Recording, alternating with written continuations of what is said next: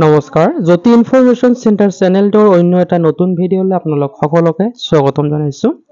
অসম চৰকাৰৰ সমাজ কল্যাণ বিভাগৰ অংগনবাদী সন্দৰ্ভত এটি বিশেষ খবৰ এই ভিডিঅ'টোৰ জৰিয়তে আপোনালোকক অৱগত কৰিবলৈ চেষ্টা কৰিম। আশা কৰোঁ ভিডিঅ'টো শেষলৈকে চাব আৰু ভিডিঅ'টো চাই কিবা উপকৃত হ'ব বুলি ভাবিলে আগলৈকে শ্বেয়াৰ কৰিব। ইয়াতে এটা বিশেষ সূচনা, এই ভিডিঅ'টোত উপস্থাপন কৰা তথ্যখিনি Facebook page Chakradhar Gogoi MLA খোৱাং LICৰ পৰা সংগ্ৰহ কৰা হৈছে। বিধায়ক গৰাকীয়ে তেখেতৰ ফেসবুক পেজত লিখিছে যে শিশুসকলৰ শিক্ষাৰ জৰিয়তে এখন দেশৰ সৰ্বাংগীন উন্নতি সাধন হয় আৰু এই শিশুসকলক মানৱ সম্পদ হিচাপে গঢ়ি তোলাত অংগনবাড়ী কেন্দ্ৰসমূহে বলিষ্ঠ ভূমিকা গ্ৰহণ কৰিব পাৰে।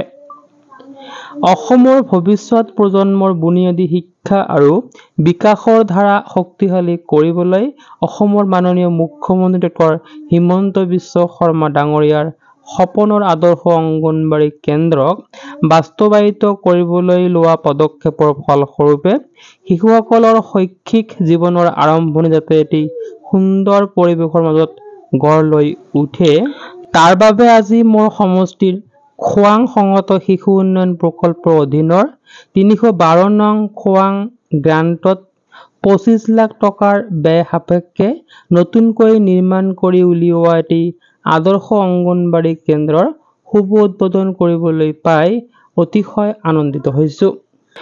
আজি এই শুভ উদ্বোধনী অনুষ্ঠানত মোৰ সৈতে সমাজকৰ্মী শ্ৰী শ্যামল ভূমিজ ডাঙৰীয়া, নবীন মিলি ডাঙৰীয়াকে ধৰি সমাজ কল্যাণ বিভাগৰ বিষয়াসকল উপস্থিত আছিল। তো আপোনালোকে নিশ্চয় শুনিলে খোৱাং বিধানসভা সমষ্টিৰ সন্মানীয় বিধায়ক চক্ৰধৰ গগৈ ডাঙৰীয়াই তেখেতৰ সমষ্টিৰে এটি বিশেষ আদৰ্শ অংগনবাড়ী কেন্দ্ৰ আজি উদ্বোধন কৰে আৰু তেখেতে এই উদ্বোধনী অনুষ্ঠানত কয় যে এই অংগনবাড়ী কেন্দ্ৰবোৰে হৈছে দেশৰ মানৱ সম্পদ গঢ়ি তোলা কেন্দ্ৰ আৰু তেখেতে কয় যে এই অংগনবাড়ী কেন্দ্ৰসমূহে শিশুসকলক মানৱ সম্পদ গঢ়ি তোলাত বলিষ্ঠ ভূমিকা গ্ৰহণ কৰে।